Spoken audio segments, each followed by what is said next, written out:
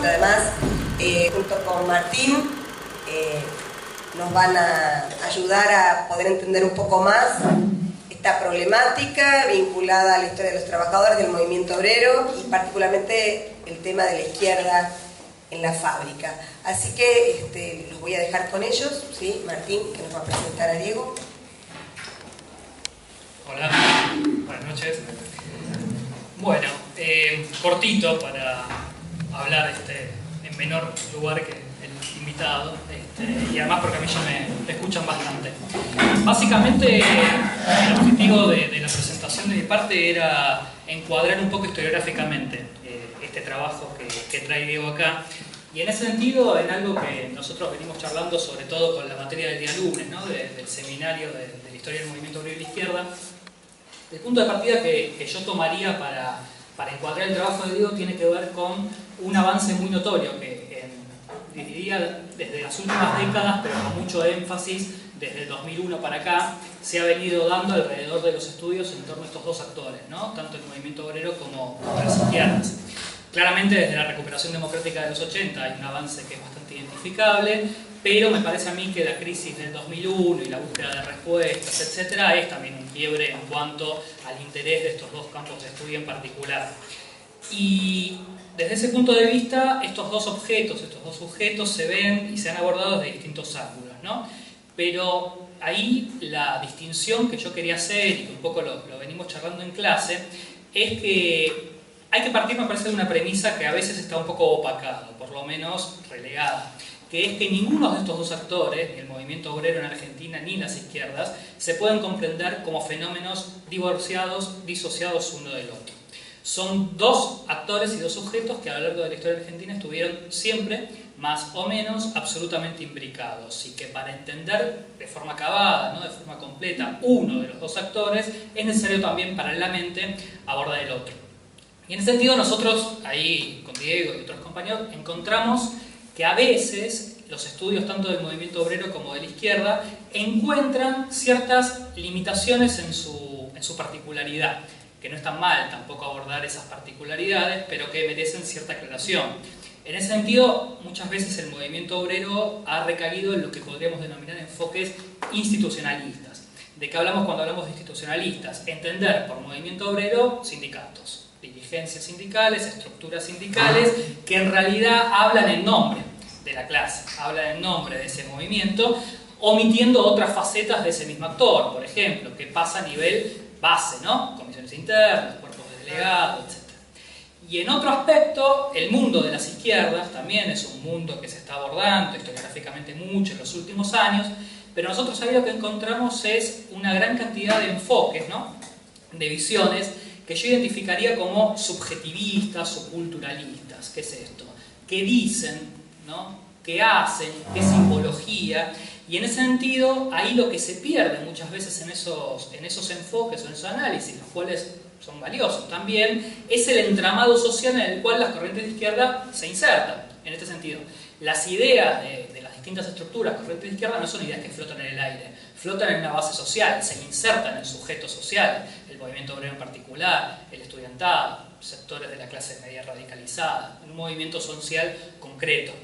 Y entonces muchas veces lo que se pierde es ese análisis paralelo y simultáneo, que evidentemente se tiene que dar en corrientes que no flotan en el aire, sino que se insertan en un movimiento social en particular, y en este caso en el movimiento obrero.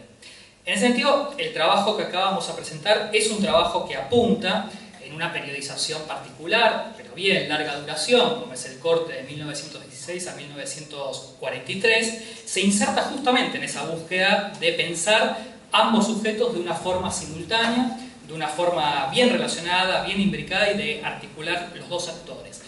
Y particularmente el otro valor que tiene, y esto en ese sentido yo lo que quiero reivindicar es el enorme trabajo con fuentes primarias que utiliza Diego, el otro valor que tiene el libro es que esos dos actores en diálogo, esos dos actores articulados en este trabajo se analizan en un ámbito particular que es el sitio de trabajo, la fábrica, la planta. Ahí es donde reviste justamente un interés que lo hace, por otra parte, un trabajo plenamente original. Y paralelamente a eso, la otra virtud, y ahí bueno, es lo que Diego también va a profundizar un poco y demás, es que, bueno, el trabajo claramente ilustra y rompe con ciertas concepciones que han tenido un lugar importante en la historiografía sobre el movimiento obrero argentino, que es que antes del peronismo no había organización de base, no había organización de la clase obrera. Y justamente Diego hace un aporte muy importante a lo que significa el análisis del activismo fabril, de las condiciones internas, de los cuerpos de delegados, de las corrientes de izquierda influyendo en el seno de esta clase en forma bien anterior al periodo del peronismo, ¿no?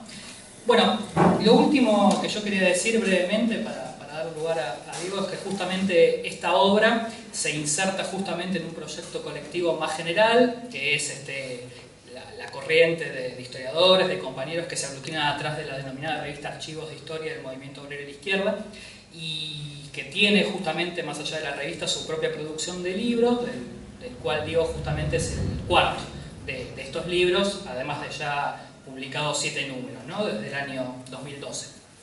Bueno, y lo último brevemente, más a modo personal, es que a mí me parece, como también un poco hablábamos con Susana antes, digamos, muy importante que este tipo de trabajos se presenten en este tipo de espacios, ¿no? En un profesorado. Además, ahí yo hablo ya porque al compañero lo conozco desde hace un tiempo, bueno, él no lo va a decir, pero lo digo yo. Diego también es profesor de historia de muchos colegios secundarios y ha hecho este doctorado que termina en un libro sin ningún tipo de beca, de subsidio, de nada, lo cual es muy valorable y que parte además de una premisa que yo las veces que pude en el aula lo charlé y lo comenté, que es esta necesidad, me parece a mí cada vez más imperiosa, de que el campo de la docencia y el campo de la investigación, en nuestro caso de la investigación histórica, no sean vistos y pensados como dos actividades separadas, ¿no? Y lamentablemente muchas veces, o la más de las veces, es así. Digamos, el que ejerce la docencia no produce conocimiento, ¿no? Y muchas veces viceversa, los que producen conocimiento suelen ejercer poco la docencia. Y en ese sentido me parece muy valorable, digamos, el trabajo que acá hace Diego, que bueno, justamente produce conocimiento en el marco de un montón de horas de clase y demás, y trasladando eso al aula, que de eso se trata, en definitiva. Así que bueno, yo, para que vean, paro acá, y doy la palabra a Diego Cerus. Bueno, buenas tardes. Es mi amigo, por eso ahora sí. Todo mentira. No, bueno, buenas tardes. En primer lugar, quiero agradecer a los compañeros, ¿sí? A la compañera jefa del departamento y a Martín la invitación, ¿sí? Y por supuesto a ustedes, ¿sí? que vienen y están dispuestos a escuchar algo de lo que uno intenta trabajar, ¿sí?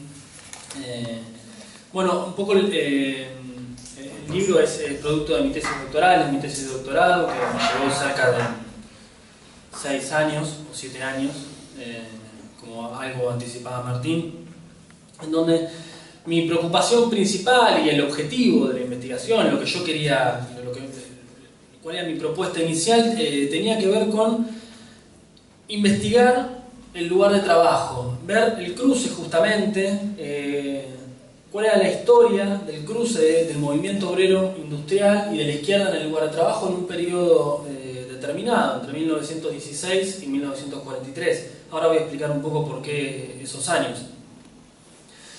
Y un poco elegí este tema porque entendía que era relevante, que era importante, porque con eso yo sumaba a la historia más general, más global. Esto era un pedacito de algo más global que era la historia de la clase obrera argentina, que en realidad es el interés con el cual uno produce, era ver una parte de la historia de la clase obrera argentina. Y yo entendía que allí había algunas cosas que todavía no habían sido preguntadas o que podía aportar algo en algún sentido original y más o menos en 3 grandes campos. El primero es que cuando se veía la historia del movimiento obrero en la fábrica, en el lugar de trabajo, en el taller, siempre se veía en la segunda mitad del siglo XX, ¿sí? Nunca con anterioridad. Ahora después voy a decir algo más sobre eso. La segunda cuestión es que cuando se veía antes del siglo XX, si bien había estudios, muchos en los que me basé y que me sirvieron muchísimos historiadores, sociólogos y politólogos, pero la generalidad era que veían el proceder o el desarrollo de los sindicatos o de las centrales obreras. Y mi propuesta era traspasar la barrera de las centrales obreras intentar ver a los obreros en la base, ver qué hacían, cómo pensaban, qué estructuras tenían. Y la tercera era ver si la estructura clásica que nosotros, que casi todos conocemos, como cómo nos organizamos en el lugar de trabajo, cómo los trabajadores nos organizamos en el lugar de trabajo, es decir, el cuerpo de delegados o la comisión interna, si habían existido otras formas aparte de esa, con anterioridad a 1940, 1945. Entonces yo tenía como esos tres grandes problemas con los cuales me enfrentaba. Y bueno, elegí un espacio que tiene que ver y un tiempo. El espacio era, digamos, la capital federal o la ciudad de Buenos Aires y el primer cordón del conurbano, digamos, ¿sí? ¿Por qué? Básicamente porque en ese momento allí estaba aproximadamente el 50% de los trabajadores industriales del país. Entonces yo decía, si encuentro algo acá, eso supone que es representativo de algo más, era importante el lugar. Y la cuestión del tiempo tenía que ver con empezar en 1916, porque allí comenzó un ciclo de huelgas, es decir, un ciclo de protestas, ¿sí? Un alza en la lucha de la clase obrera argentina, que finalizó en torno a 1921-1922. Entonces me parecía importante parar allí. Dentro de ese ciclo de huelgas, ustedes conocerán, por supuesto, algunas de las huelgas importantes, que fueron, por ejemplo, la más conocida Semana Trágica, en 1919, en enero de 1919, entre otras, huelgas ferroviarias, huelgas marítimas. En ese ciclo está la conocida represión en la Patagonia, la conocida represión en las instalaciones de la Forestal, ¿sí? en el norte argentino. Entonces comenzar allí. ¿Y por qué terminar en 1943? Bueno, porque allí también pasaba algo importante. Y lo que pasaba importante, y ustedes lo conocerán también, es la aparición de un nuevo modelo sindical. Es decir, el golpe de Estado primero, la reconstitución del Departamento de Trabajo en Secretaría de Trabajo y Previsión y la asunción de Perón en ese cargo, y la instauración de un nuevo modelo sindical y la posterior aparición del peronismo, es decir, dar un golpe indudablemente al escenario sindical, al escenario político y a la historia argentina, como sabemos. ¿Sí? Entonces yo entendía que allí cambiaban una serie de reglas de juego que valía la pena parar allí la investigación. Ahora bien, el problema de la investigación, más allá de estudiar esto que decía que era el lugar de trabajo, bueno, tenía que ver justamente con esto que decía Martín, con estudiar el vínculo. Es decir, intentar no estudiar al movimiento obrero por un lado y a la izquierda por el otro, sino justamente buscar ese vínculo y ver la dinámica o el desarrollo conjunto. Entonces, en la investigación hay un doble sujeto, hay dos sujetos en realidad. Uno es el movimiento obrero industrial, y con movimiento obrero industrial me refería a la porción de la clase obrera argentina que se organizaba sindical o políticamente. Es decir, ¿qué es el movimiento obrero? Bueno, en principio es eso. Es la parte de la clase trabajadora, de la clase obrera, que se organiza en sindicatos, en partidos políticos, en agrupaciones, ¿sí? Entonces, ese era el actor que yo iba a mirar. El otro actor era la izquierda. Espacio heterogéneo, si los hay en ese momento y en este momento, ¿sí? Básicamente, con anterioridad al peronismo, existían cuatro corrientes políticas que yo iba a mirar. Por un lado, el socialismo, el Partido Socialista. En segundo lugar, la corriente anarquista. Dentro del anarquismo tuvo una serie de corrientes internas al anarquismo, porque después, si hay preguntas, podemos indagar sobre eso, pero no miré solo la vieja fora del Quinto Congreso, el forismo, sino otras corrientes anarquistas. La otra corriente que tomé es la denominada sindicalismo revolucionario, que había aparecido a comienzos del siglo XX. Y por último, la cuarta corriente es el comunismo en su constitución más importante en ese momento, que era la del Partido Comunista. Y algunas de sus ramificaciones, de sus rupturas, que fueron apareciendo conforme avanzaba la década del 20 y la década del 30. Ahora, yo tenía el movimiento obrero y tenía la izquierda. Tenía el tiempo y tenía el lugar. Lo próximo era elegir una perspectiva, es decir, bueno, ¿qué voy a ver de todo eso? Y bueno, la perspectiva seleccionada tenía que ver el lugar de trabajo, la base, observar la base. Ahora, ¿por qué estudiar a los obreros en el lugar de trabajo? ¿Por qué estudiarlo no en la lucha callejera, no en los partidos políticos, no en las centrales obreras, sino en el lugar de trabajo? Y yo encontraba al menos dos motivos de por qué estudiarlos en el lugar de trabajo. En primer lugar porque coincidía con un autor italiano que ustedes seguramente conocen también, que era Antonio Gramsci, un marxista italiano de la primera mitad del siglo XX, que en la fábrica, en la empresa y en el taller, el obrero era el primer lugar de explotación. El lugar más importante y el primer lugar donde se lo explotaba, y en consecuencia probablemente uno de los primeros en los cuales luchaba para contrarrestar esa explotación, era el lugar de trabajo. Entonces yo quería saber de qué forma había luchado en ese lugar de trabajo.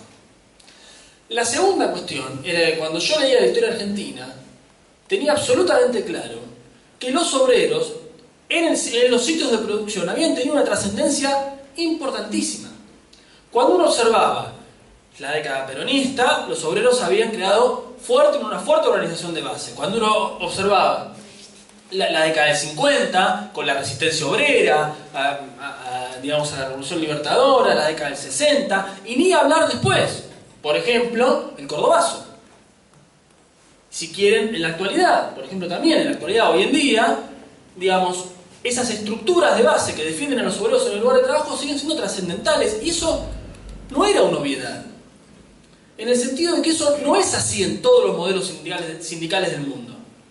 Esa es una cuestión atípica del modelo sindical argentino. Es decir, la capacidad que tiene el sindicato de llegar a los lugares de producción. Y la importancia era porque esas comisiones internas, esos cuerpos de delegados o esas estructuras en las fábricas son en definitiva las que defienden los convenios colectivos, la paritaria, las condiciones de trabajo, las condiciones en las que se produce. O sea, vos podés firmar algo en el papel, pero en la fábrica es el delegado, el cuerpo delegado de la comisión interna quien controla que eso se cumpla. Por eso, mi deducción era que también había sido un gran temor para la burguesía argentina. Y lo habían combatido en consecuencia. Digamos, la burguesía argentina podía tolerar sin ningún problema firmar un convenio colectivo, a regañadientes, pero de ningún modo podía tolerar que se lo organizaran en el sitio de producción, porque ahí sí el convenio colectivo se iba a cumplir. ¿Se entiende?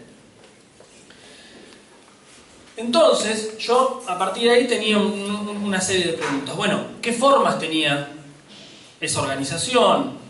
¿Qué formas predominaron por sobre otras y por qué? ¿Qué rol habían tenido las corrientes políticas? ¿Todas habían actuado igual? ¿Todas le habían dado la misma importancia? ¿En qué momento habían pegado un salto esa organización? ¿Qué relación tuvo eso con el proceso productivo? Yo pensaba, ¿en todos los sectores se produjo del mismo modo? ¿Era lo mismo organizarse en un frigorífico que en una fábrica textil? Y obviamente, ¿cuál había sido la respuesta del Estado y de la burguesía? Yo obviamente tenía el preconcepto de antemano que no había sido solamente la represión. Que la represión había sido, pero no solamente la represión.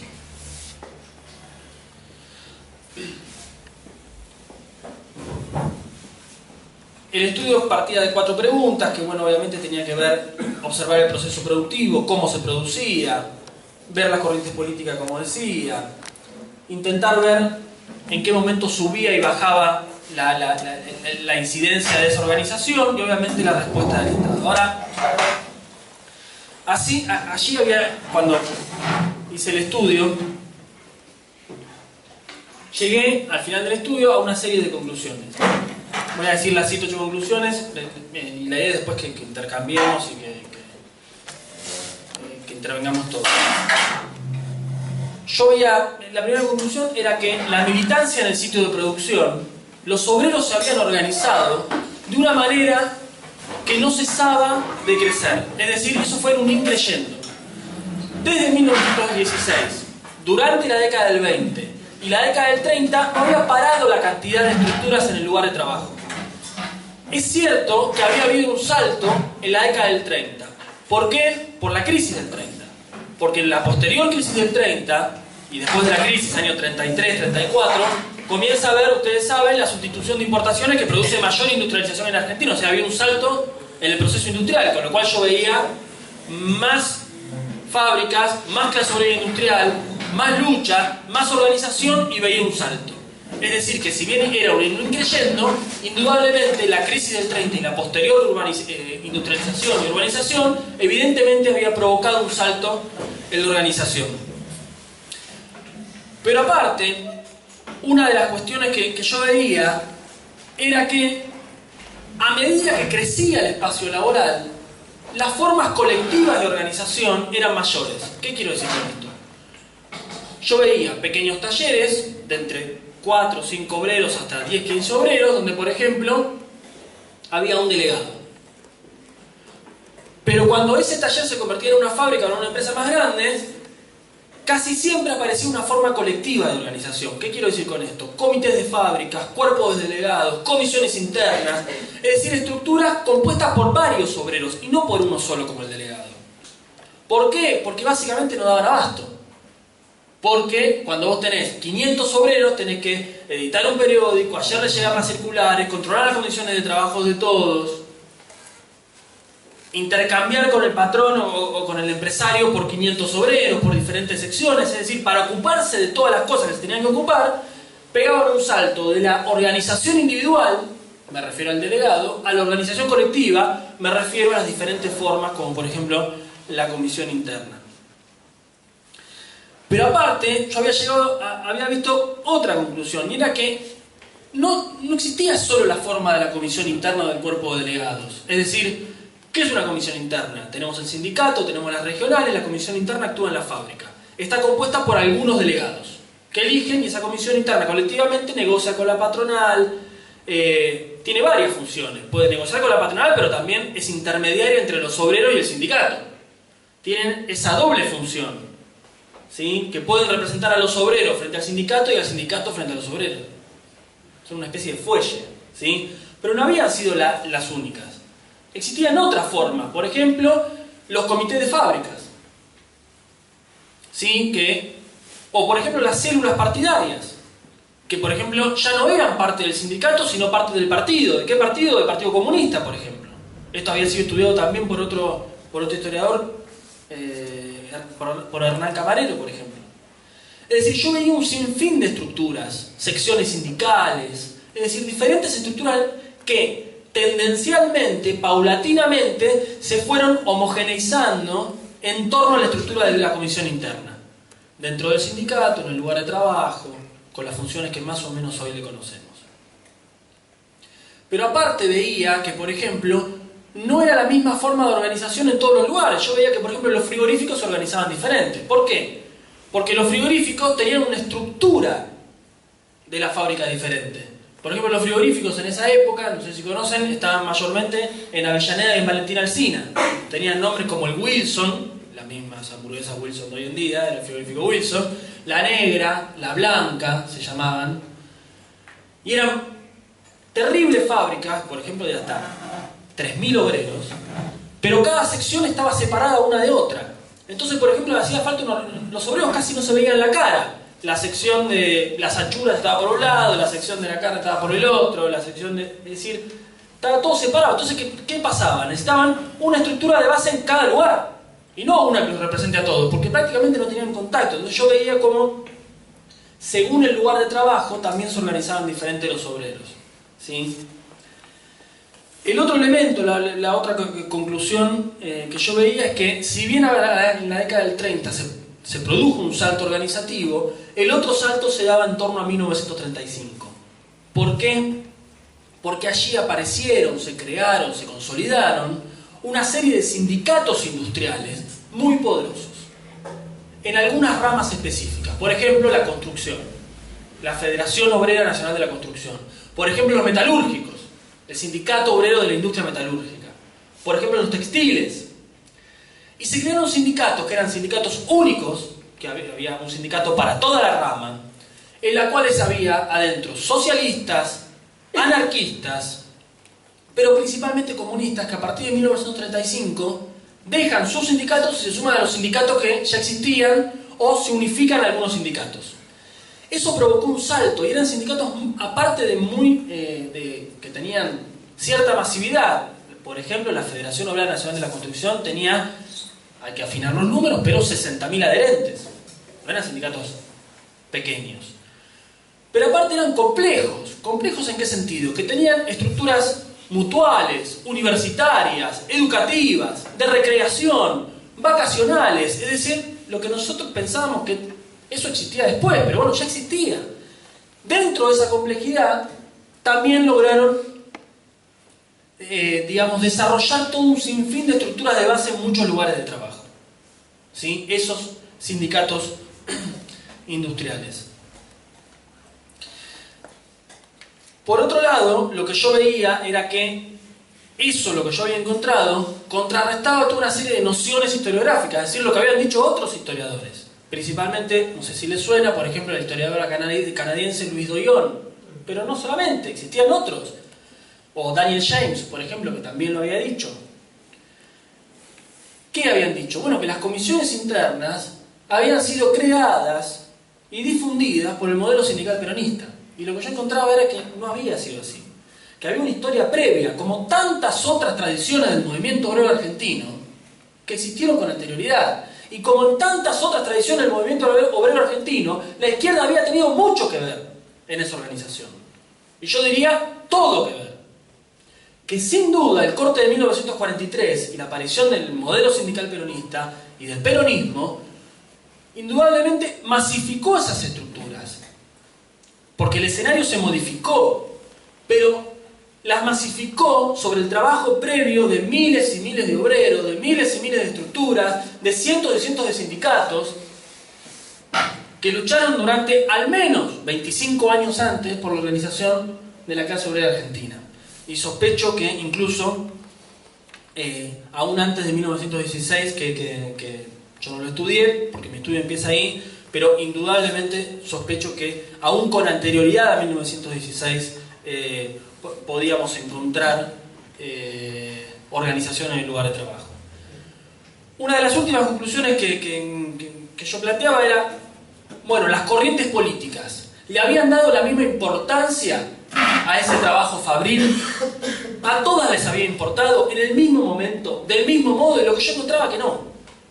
Lo que yo encontraba que no, que justamente, por ejemplo, el comunismo, el Partido Comunista, desde la década del 20 había tenido una política específica de entrar a las fábricas, de organizar células fabriles, de transformarlas en comités de fábrica, de difundir las comisiones internas, y que en eso había logrado influir. Ese había sido uno de los motivos por el cual había logrado influir en el movimiento obrero de modo más exitoso que las otras corrientes. ¿Sí? Ahora bien, las otras corrientes, por ejemplo el Partido Socialista, no lo había hecho de ese modo. Si bien tenía influencia en muchos sindicatos, pero no tanto en los sindicatos industriales, sino más bien en los sindicatos ferroviarios o en los marítimos. Pero siempre con esta particularidad de que el Partido Socialista tenía una muy flexible relación entre el partido y el sindicato. Esta idea de que no buscaba orientar estratégicamente a los sindicatos que podía conducir. Por otro lado, lo que yo veía es que el sindicalismo revolucionario también había sido una influencia muy baja en los sindicatos industriales. Solamente en algunas ramas, como por ejemplo en la industria del tabaco, había logrado influir en la empresa Masalín o en la Nobleza Picardo, por ejemplo, que recién se fundaba. Y por último, el anarquismo. Cuando yo veía la fora del Quinto Congreso, la vieja fora de los viejos foristas, veía que habían perdido influencia en el movimiento obrero. Y que aparte le habían dado poca importancia a la organización en el lugar de trabajo. Pero en la década del 30, específicamente a partir de 1932, se crearon nuevas corrientes dentro del anarquismo.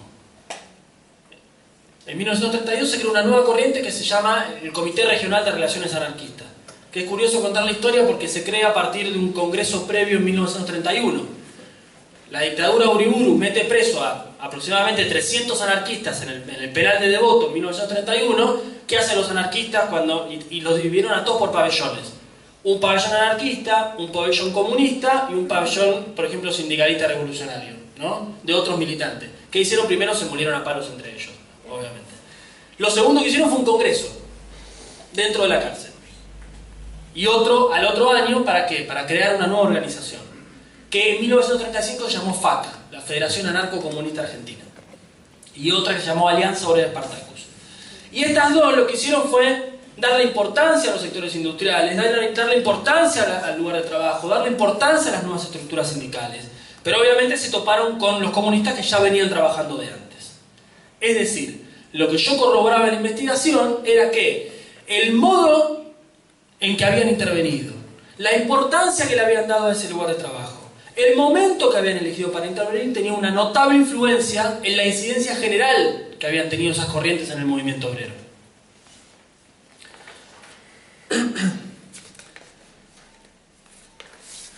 Por último, una de las últimas conclusiones, y que en realidad tenía que ver con el trabajo hacia adelante, es, bueno, ¿qué